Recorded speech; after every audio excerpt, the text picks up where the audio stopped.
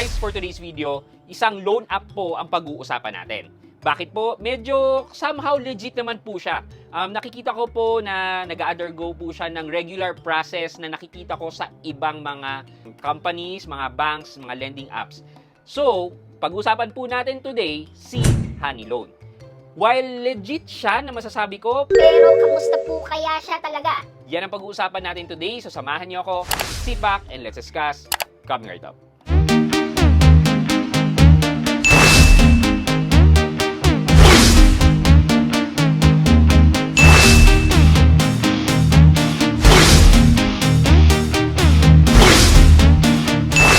Hi guys, this is Pat and you're in Pat Quintos Review TV. So if you're new to my channel, I do reviews about personal finance na meron akong experience or meron na akong knowledge na ginawa ko niya ng videos and playlist na makikita nyo dito sa taas. At kung bago ka dito sa channel ko, you may want to consider subscribing to my channel. So sino ba itong si Honey Loan na to? Honey Loan app. Parang bigla nilang umusbong ang pangalan nito at pinag-uusapan lately. Well, ito po yung nasagap ko about Honey Loan app. Si Honey Loan app ay operated by Warm Cash Lending Corporation. Si Warm Cash Lending Corporation po ay merong SEC registration which is yan and Certificate of Authority which is yan. And kung titingnan din po natin siya with check with SEC na app, ito rin naman po siya. So, ang nakalagay po ang address nila dyan ay sa Bel Air, Salcedo Village, City of Makati, 4th District, NCR 1209. And kung makita nga po natin, nag-a-appear din naman po dito ang kanilang secondary license. Tingnan po natin kung ano ang ina-advertise ni sa kanyang loan offers. Okay, sabi po dyan, effortless, borrowing smooth as honey. Apply anytime, get approved in minutes, secure, trustworthy, flexible option, transparent, walang kakaiba. But meron po silang website and I can say na nung sinearch ko po itong website nito, pinaglaruan ko po, sinilip-silip ko, hindi po siya one-pager website. Ibig sabihin na pinaglalaanan po talaga nila ng oras at pera ang paggawa ng website. Thus, hindi po natin masasabi na fly-by-night itong lending app na to. Okay, based dito sa website nila, sabi daw dito, max na pwede nating mautang ay 30,000 na loan, no hidden fees, etc. etc. Ito daw po yung loan terms and key information. Ang loan term daw ay 61 to 364 days ng repayment.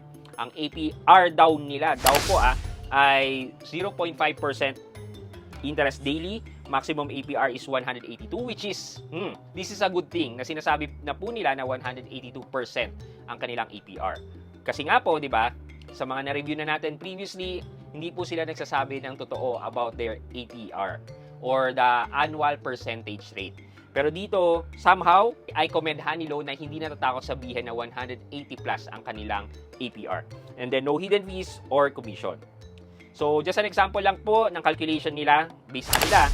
Sa 3,000 na loan, 180 days, yun ang hindi ko po sigurado dito and then, daily interest rate na 0.096.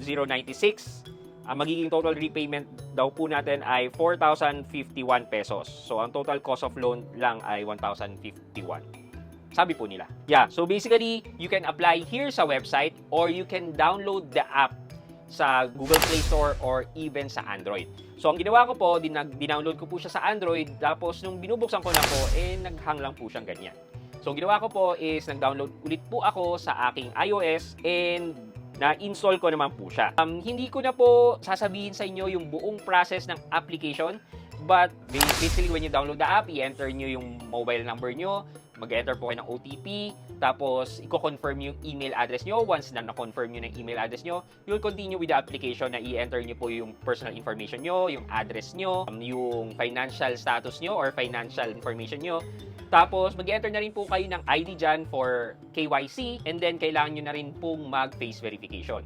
Tapos, ilalagay nyo na rin po dyan yung disbursement account nyo. Sa akin po, nilagay ko po bank. Pag nasubmit nyo po yan, mag-iisip po siya and unluckily, or lucky ba sa akin? Luckily sa akin, para sa akin, decline po ako. Which is, wala pong problema sa akin kasi I'm only reviewing or testing this app. So, nung na-decline po ako dito, meron silang parang other option for you na i-refer ka nila sa ibang mga lending service.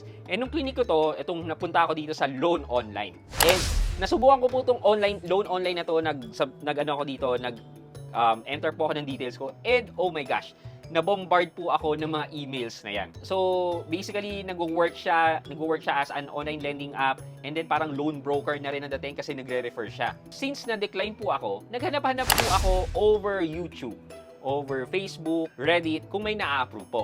Sa mga YouTubers po nakakilala ko, apparently, wala pong na-approve din sa kanila. Katulad din po ng sa akin na na-decline sa application. But, checking the feedback ng mga customers dito sa app, meron naman pong na-approve. So, hindi nga lang po natin masabi kung gaano kalaki ang interest nila. But, magbabase lang po tayo sa feedback ngayon ng mga naging customer talaga ng Honeyloan.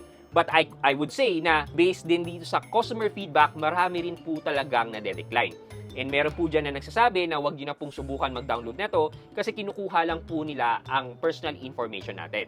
Which is, kung mataas po ang chance na ma-decline dito sa app na to, more or less strict po sila sa pag-a-approve ng mga nangungutang sa kanila. Okay, silipin na po natin yung mga feedback. Sa iOS, 3.2 star po ang rating nila. And quickly browsing it, wala man lang nagre-respond sa concern ng ilang beses na ako tumatawag email concern. So medyo may problema sa customer service. Please kindly fix the verification ID. Ito po, wag na kayong mag-try. Scam po to. Silipin naman po natin sa Google Play Store. Sa Google Play Store po, 2.2 star. Mas mababa po.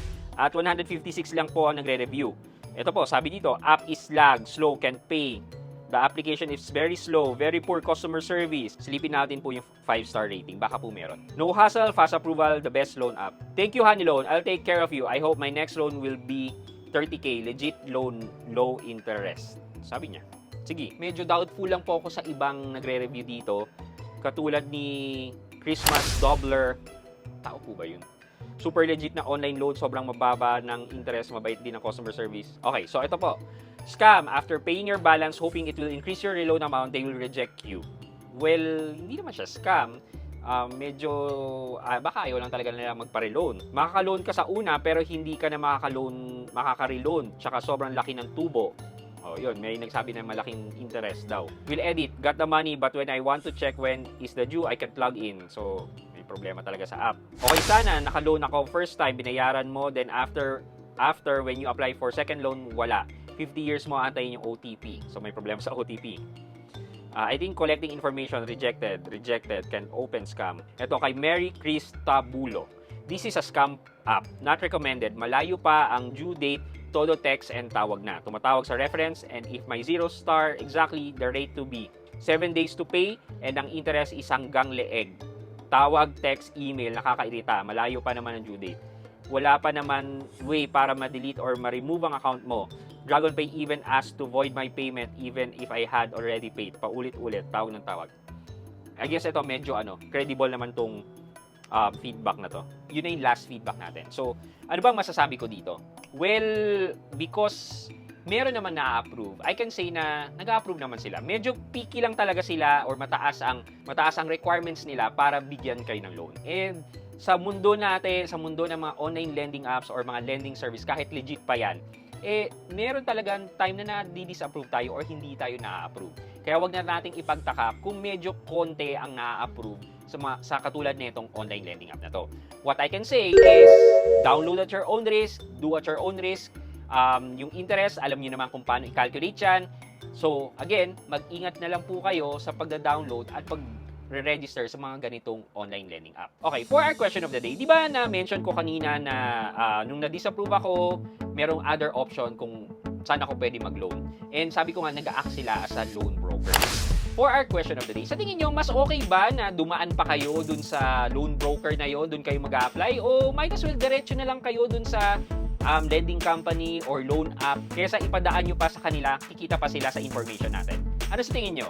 Let me know sa comment section sa baba for our weekly giveaway. Yun lang muna for today's video, but before we end this video, mag-shoutout po muna tayo at shoutout kay Bel Jernaes. At Bel Jernaes, sabi po niya, new subscriber po. Wow, thank you po for subscribing sa channel ko. Maraming salamat po. Sana po makatulong po yung information na mas sinishare ko po sa inyo. Thank you so much po. Kay Bel Jernaes, shoutout po sa inyo and thank you so much for watching and supporting my videos. Maraming salamat po. I hope you like this video. Leave a thumbs up and if not, wala nang problema dyan. But continue to support me by subscribing to my channel by clicking the subscribe button and also the bell button sa tabi subscribe para makareceive kayo ng latest notification sa lahat ng upload ko. Again guys, this is Pat Quinto and you're in Pat Quinto's Review TV. Bye-bye!